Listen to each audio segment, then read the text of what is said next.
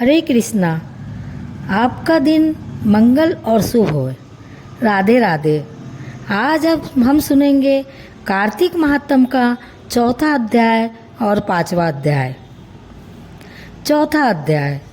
नारद जी बोले, ऐसा कहकर भगवान विष्णु ने मछली का रूप धारण किया। विंध्याचल पर्वत पर तप कर रहे महर्षि कश्यप की अंजलि के जल में जा पहुँचे। महर्षि कश्यप ने दया करके उसे अपने कमंडल में रख लिया। जब उसने बड़ा रूप धारण किया तो उन्होंने उसे कुएं में डाल दिया। जब कुएं में भी न समा सकी तो उन्होंने उसे तालाब में फेंक दिया, और जब वह तालाब में ना आ सकी तो उन्होंने उसे समुद्र में डाल दिया और वहाँ पर भी बढ़ने लगी। फिर उस मत्स्य रूपी नारायण ने उसे शंकासुर को मार डाला। पश्चात शंख को हाथ में लेकर बद्री वन में आ पहुँचे।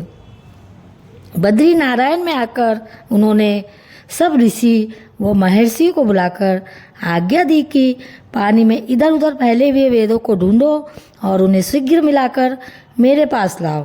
तब तक मैं देवताओं के साथ श्री प्रयागराज में ठहरा हूँ। इसके बाद सब ऋषि महर्षियों ने इन सब बीजों और सब वेद मंत्रों को ढूंढ निकाला। उन वेदों में से जो भाग जिस जिस ऋषि को मिला वह उसी का हो गया। उस भाग के उसी दिन से ही ऋषि कहलाए। सब वेदों को लेकर ऋषि महर्षि प्रयागराज में आए और उन्होंने वे सब भगवान विष्णु व ब्रह्मा जी को समर्पित कर दिए। ब्रह्मा जी वेदों को पाकर बड़े प्रसन्न हुए। उन्होंने देवताओं और ऋषियों के साथ अश्वमेघ यज्ञ किया। यज्ञ के अंत में देवता, गंधर्व, यक्ष, नाग भगवान विष्णु को दंडवत करके प्रार्थना करने लगे। देवताओं ने कहा, हे देव, हे जगन्नाथ, हे प्रभु, हमारी प्रार्थना सुनिए। हम लोगों के हर्ष का समय है, इसलिए आप हमें वरदान दीजिए। नष्ट हुए वेद पुनः श्री ब्रह्मा जी को प्राप्त हो गए हैं। हे लक्ष्मीपते, आपकी अनुकंपा से हम देवताओं को यज्ञ का भाग भी मिला है। यह स्थान आपके प्रसाद से आज पृथ्वी भर में सर्वप्रधान, पुण्य को बढ़ाने वाला, मुक्ति तथा भक्ति को प्रदान करने वाला हो। ब्रह्म हत्या आदि पापों का नाश करने वाला, परम पवित्र और अक्षय फल देने वाला हो। यह वरदान हमें दीजिए।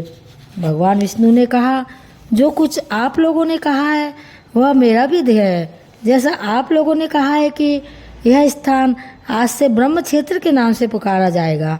इस स्थान पर गंगा जी व सूर्यपुत्री यमुना जी का संगम होगा। मैं श्री ब्रह्मा जी सहित यहाँ पर निवास करूँगा। यहाँ पर किया हुआ जप, तप तथा दान महान फलदायक होगा। पहले जन्म में किए हुए पाप, ब्रह्म हत्या आदि भी इस तीर्थराज में स्नान करने से नष्ट हो जाएंगे। जो लोग अपने पिता आदि को लाकर वहाँ तर्पण व श्राद्ध करेंगे, उनके पिता मेरे स्वरूप को प्राप्त करेंगे। वह तीनों प्रकार की मुक्ति को प्राप्त करेंगे।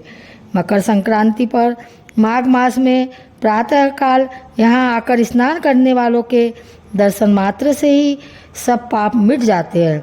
ठीक उसी प्रकार जिस तरह सूर्य के तेज से अंधकार का नाश हो जाता है। हे मुनीश्वर, मेरे वचन ध्यान से सुनिए। मैं सर्वत्र व्याप्त रहता हुआ भी हमेशा बद्रीनारायण में निवास करता हूँ। सैकड़ों वर्ष तक किसी दूसरे स्थान पर तप करने का जो फल मिलता है, वही फल यहाँ एक दिन से मिल जाएगा। जो मनुष्य मेरे उस स्थान बद्रिकाश्रम का दर्शन करेंगे, वह जीवन मुक्त हो जाएंगे और उनके समस्त पाप नष्ट हो जाएंगे। सूर्य जी बोले, ऐसा कहकर भगवान विष्णु अंतर्ध्यान हो गए और देवतागण भी अपने वंशों को वहीं छोड़कर चले गए। जो मनुष्य कथा को श्रद्धापूर्वक सुनते हैं, वे श्री प्रयागराज व बद्रिकाश्रम जाने व स्नान करने के समान फल प्राप्त करते हैं। आइए सुनते हैं कार्तिक महात्म का पांचवा अध्याय। राजा पृथु ने कहा, हे मुनि जी, आपने कार्तिक मास में स्नान का फल कहा। अब अन्य मासों में विधिवत स्नान करने की विधि, नियम और उद्धापन की विधि मुझे बतलाइए। देवर्षि नारद बोले, हे राजन, आप भगवान विष्णु के